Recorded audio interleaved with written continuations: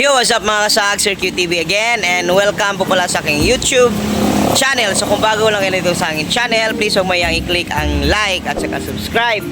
At i-click na rin po ang bell icon para update kayo sa mga videos na aking i-upload. So kung napapansin nyo dito sa likuran ko mga kasag, yan. Diyan po laging nakapark yung bagong motor ko na Aerox version 3 mga kasag. At kung napapansin nyo, yan. Umuulan, so lagi po siya nababasa. At kung mainitan pang panahon, siguradong naiinitan po ang aking motor. So kaya mga kasag, nag-decide po ako na lagyan po dyan ng tent mga kasag. Yan po ang aking na-order mga kasag sa Shopee. At ilalagay ko po sa link below yung description nitong nabili namin. At pwede nyo pong i-click yun kung bibili rin po kayo mga kasag. Hindi lang po motor ko ang masisilungan mga kasag, kundi yung motor ng kapatid ko, yun mga kasag, yung XRM, at ito rin po yung isang motor. So at ayun po yung motor ko mga kasag, yung Aerox version 3. So hindi na po sila maiinitan at maulan mga kasag. So sabayan nyo ako mga kasag sa pag-install nitong nabili naming tent mga kasag. At umpisahan na po natin.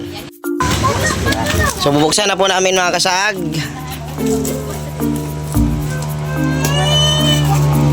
Sa Shopee ko po ito nabili mga kasag. Maaari nyo pong i-click ang link sa baba, kasi re-redirect po kayo doon sa store kung saan ko po ito nabili mga kasag. Kasi alam nyo naman mga kasag, bago ang motor natin mga kasag, version 3 na Aerox. At para hindi po madaling maluma, kailangan po talaga nating i-safety ito mga kasag. Hindi naiinitan at hindi nauulanan. Kagaya ngayon mga kasag, oh, tingnan nyo. Umuulan po ngayon mga kasag. Makikita nyo naman sa video. Maulanan po siya dyan mga kasag. Yung motor ko na Aerox version 3, yun po. Maulanan po siya dyan. At saka maiinitan mamaya. So kailangan talaga natin nitong bagong hang tent po ito mga kasag, no? Para pang cover po, para hindi po daling maulanan at mainitan ang ating Aerox version 3. Yan. So, yan po yung yan po mga kasag. Tingnan nyo. Yan. Madali. I-install po namin ito mga kasag. Hawari, bukat na ba na rin? Hawari. Malatugan ka. Yan. At ito po yung cover mga kasag. Kulay blue po yung napili ko. Meron pong iba't ibang variants, so iba't ibang kulay. May blue, may green, may red. Pero blue po yung napili ko mga kasag. Yan. Ayan mga kasag. I-install na po ni Utol mga kasag. Tulungan ko po siya mga kasag.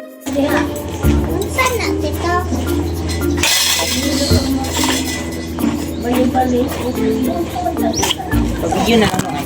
Oo, wala.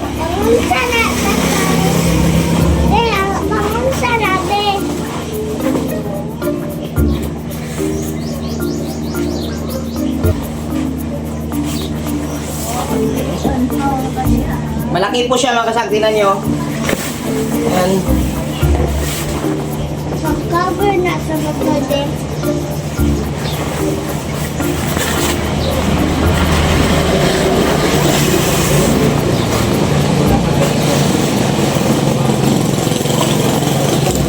Ang kapalo ka matawag sa mga.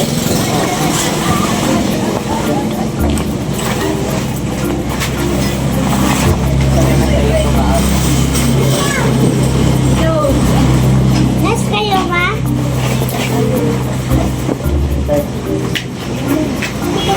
Ulan na ba, Beng? Do you see that? Hinay-hinay ng sulag, no? Pikas-pikas, no?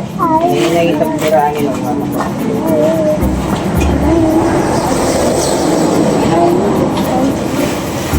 Ha? Sige. Kamera kung kamot, yung kamot. Sige, hinay-hinay din ang pikas.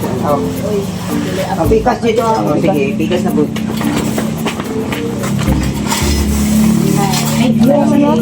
Talaga ni Ma. Video si Angel. I-expand mga kasaag. Daan-daan lang po. Sa kabila naman, i-expand po natin mga kasaag. Ito po ang tamang pag-install nitong 3 by sabihin ko bang may akong ano ang size po nito mga kasaag. Dali no. Aha. Yan na. Gani dali. Kani? Sa kilid. Ikapilit siya, ikapilit. Ay kani? May pilit na ni. Wala na ikuha na sa kilid. Alam. Oh, ihala. Ay. Ay, ikaw, Chibi. Ano ba? Wala na siya kuhan. Ay. Ako na ne. Ako na ne.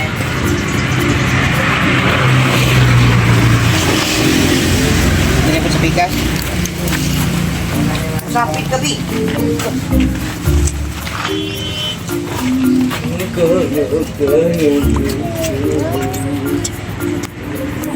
Sasabihin sa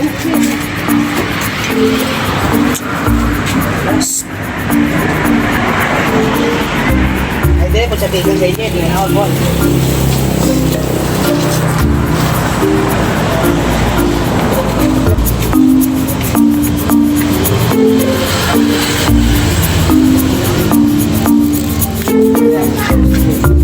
Hindi, ayun, ayun, ano, pwede na Tara, Mga tunga.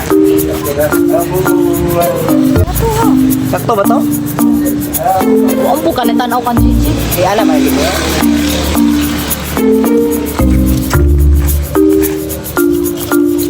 Siguro gamay.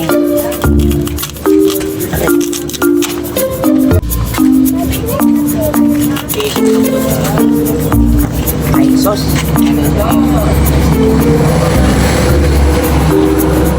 Ikuan din siya. Ikuan din siya. Kung Andy, istorya din nga eh. Ano sa mo? Ako ka na mo, manig istorya. Wala na, sige lang. Dito na lang sa kuwan. Ako lang isuwat na. Hindi, tayo mo tayo istorya na lang nga eh. Fix na na. Ako na, bilis sa tunga.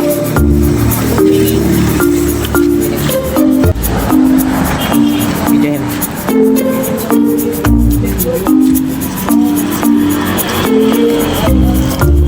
Speaker ka. Mas.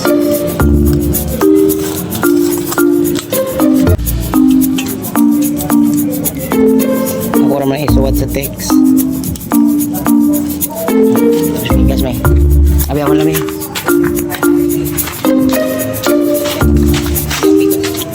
Isa-isa na to. Eh, nag-tell ni more in the morning.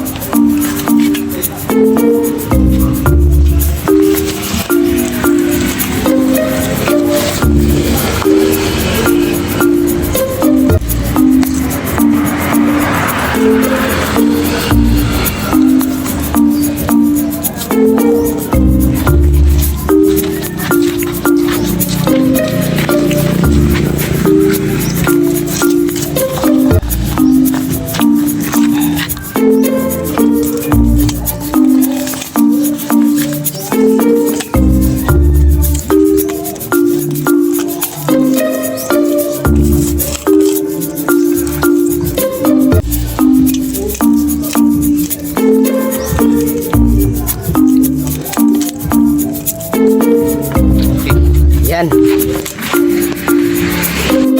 Ayan mga kasag, before you po talaga i-expand ulit mga kasag, yung max span na po talaga mga kasag, kailangan nasa center po yan, yan po. Alam niyo naman yung, malalaman nyo talaga na center na po yan mga kasag, kasi iba po yung kulay nito yan. Mga kasag. So, i-expand na po natin mga kasag.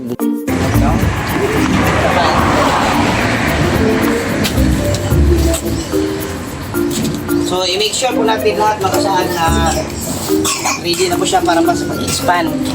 Kasi kung hindi po pantay, baka po mapunit yung ibang part na kasaan. Paano yun eh? Ilaw sa na lang eh. Ay, ganun naman.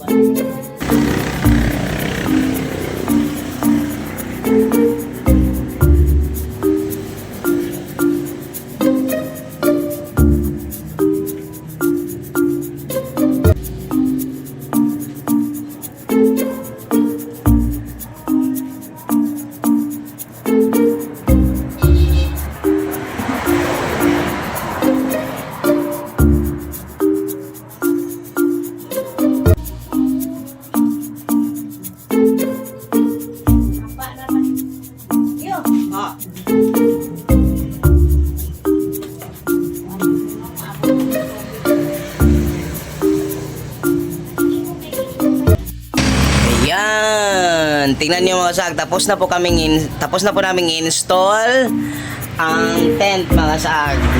Yes po, tingnan niyo, kahit mainit po ang panahon mga kasag, napakainit po, safe na safe po ang ating mga sasakyan. Itong aming motorsiklo mga kasag, yan. Kahit po umulan at uminit mga kasag, hindi po sila dali-daling maluluma mga kasag. Yan, kasi mayroon na po tayong tent na install. Pero mga kasag, hindi lang po sa safety ng mga sasakyan natin ito pwede gamitin. Kung may okasyon mga kasag, pwede na po natin itong gamitin mga kasag para hindi po dali-daling mabasa ng ulan at mabilad sa araw. At madali lang po itong i-install mga kasag, you know? I-install, ang tawag doon kanang kung gusto nyo pumunta ng beach at maligo, pwede nyo po itong gamitin mga kasag. Kayo na po ang bahala mga kasag. Yes. So, nabili ko po ito sa Shopee mga kasag, itong tent sa halagang 1,360 mga kasag. At ang size po nito ay 3x3 mga kasag. Meron pong 2x2, merong 3x3 mga kasag. Kaya ako pinili itong 3x3 mga kasag kasi tatlo po itong motorsiklo namin at gusto kong may space mga kasag. Kayang-kaya po nito ng 5 motorsiklo mga kasag na pwedeng i-parking dito. Yan, mayroon pang bakante dito. Mayroon pang bakante dito mga kasag. Yan. So, pwede ang 5 ditong motorsiklo mga kasag. Yes. So, ilalagay ko po sa link, ilalagay ko po sa description yung link mga kasag at kayo na pong bahalang umorder. So, kung meron pa kayong ibang katanungan mga kasag, just comment down below. At kung meron kayong natutunan sa video natin sinagawa ngayon mga kasag, please huwag mahiyang i-click ang like at saka subscribe at i-click na rin po ang bell icon para updated guys sa mga videos na ating i-upload mga kasag. So ayun mga kasag, no, see you in my next upload mga kasag. At kung gusto yung panoorin ito mga kasag, that's all. See you in my next video. Like a Hellcat.